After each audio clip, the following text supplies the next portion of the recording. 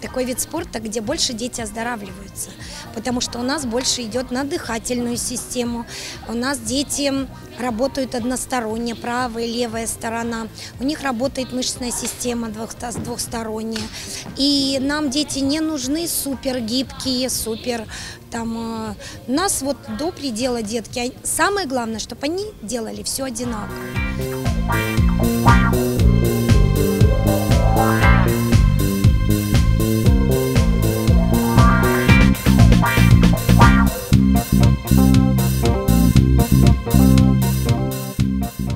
Я без гимнастики жить не могу. Если я не буду ходить на гимнастику, меня сломает.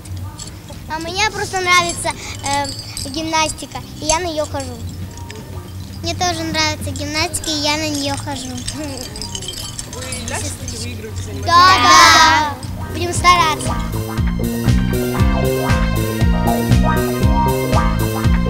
Я просто вижу по ребенку результаты, то, что это прививает самостоятельность, прививает качество действительно ответственности и пунктуальности во многих вещах, потому что, ну, допустим, в школе она занимается абсолютно сама, потому что у нее есть режим, потому что у нее есть настойчивость, и эти вещи привиты именно благодаря спорту. Ничего, ей очень нравится, поэтому стараемся. Даже вот Кадашка возит ее на тренировки с Медалса, подрастет, может быть, и будет ее возить.